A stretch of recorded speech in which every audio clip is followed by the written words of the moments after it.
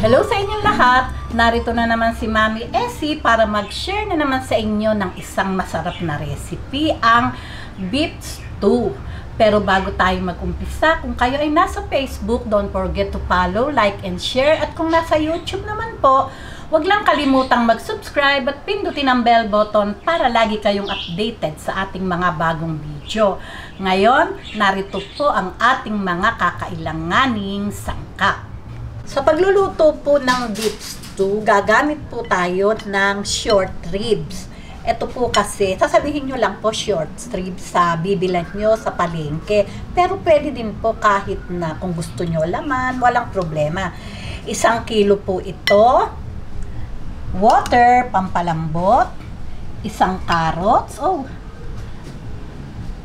Isang malaking sibuyas, white na sibuyas, kaprasong luya, 8 butil na bawang, hinati ko lang po sa gitna, 1 beef cube, leeks, 1/4 cup na tomato sauce, 1/4 cup oyster sauce, 1/4 cup soy sauce, 2 tablespoons sesame oil, 1/2 cup brown sugar, 2 teaspoon pamintang pino, 1 tablespoon patis, asin, tingnan po natin kung magagamit po natin yan, at 3 pirasong siling labuyo. At syempre po ang cornstarch. Okay, umpisahan na po natin ang pagluluto.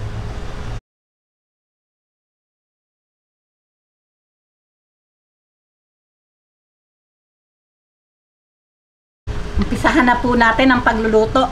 Ang pagluluto po nitong beef stew, napakadali lang po. Ayan, pakikita ko po sa inyo. Lagay natin ang baka.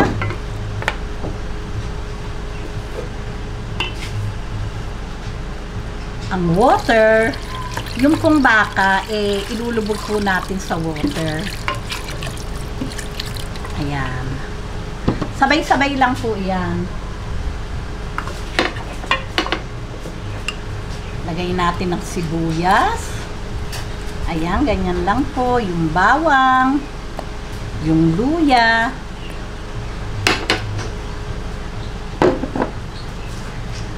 ang soy sauce,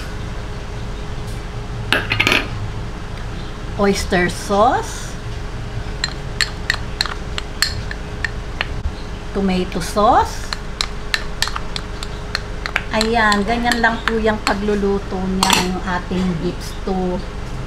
Ang sugar, 1/2 cup po ito. Ayan, magtira lang po tayo ng konti. Pag po kinulang, dagdagan po natin.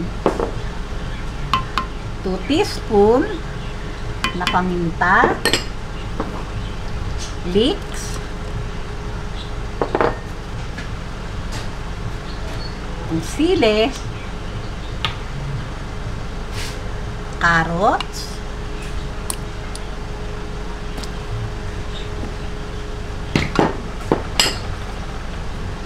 patis, 1 tablespoon,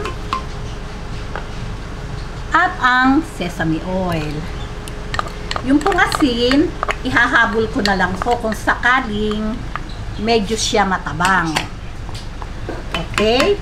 Ngayon po, bubuksan ko na po yung ating apoy. At nakalimutan ko ang beef cubes. Ayan. Ngayon po, nasa high heat po yung ating apoy. Babayaan ko muna po itong kumulo ng 5 to 10 minutes.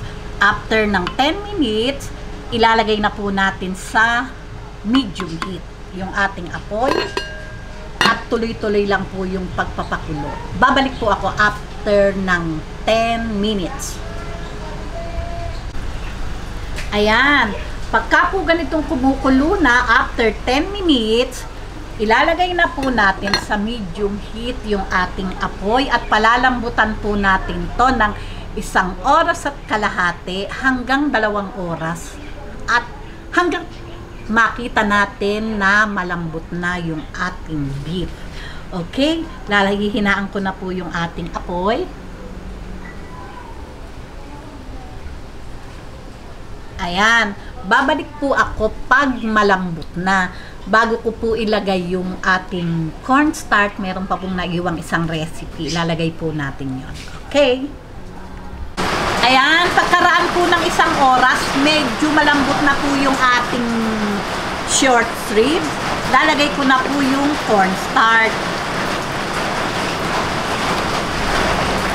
Ayan, lagay na po natin.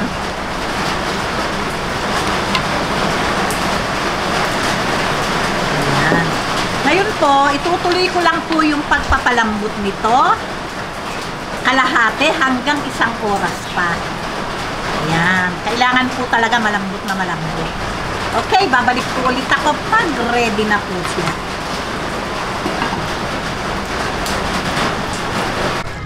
Okay, pagkaraan po ng isang oras at kalahati, malambot na po itong ating baka. I-add ko lang po itong white sugar para lang po maganda sa plating.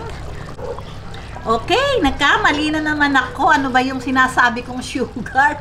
White onion. Nilagay ko lang po para po sa plating. Meron tayong nakikitang white. Pero syempre po, sa bahay naman, kakainin nyo lang. Huwag na po kayong maglagay at masarap na po talaga. Okay, papatayin ko na po ang apoy at ready na po ito para sa ating pananghalian. Ayan. Ready na. Okay, ngayon po, ilagay na po natin sa ating serving bowl. Ayan, mainit pa po talaga at kaluluto lang. Ayan, talaga namang yummy.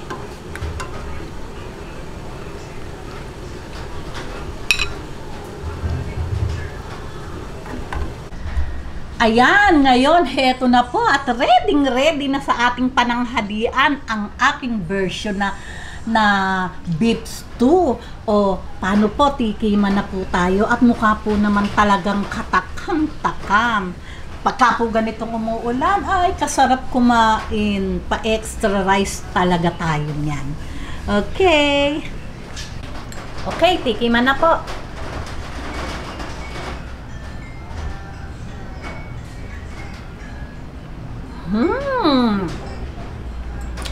Ang laki ng subo ko. Talaga pong ang lambot.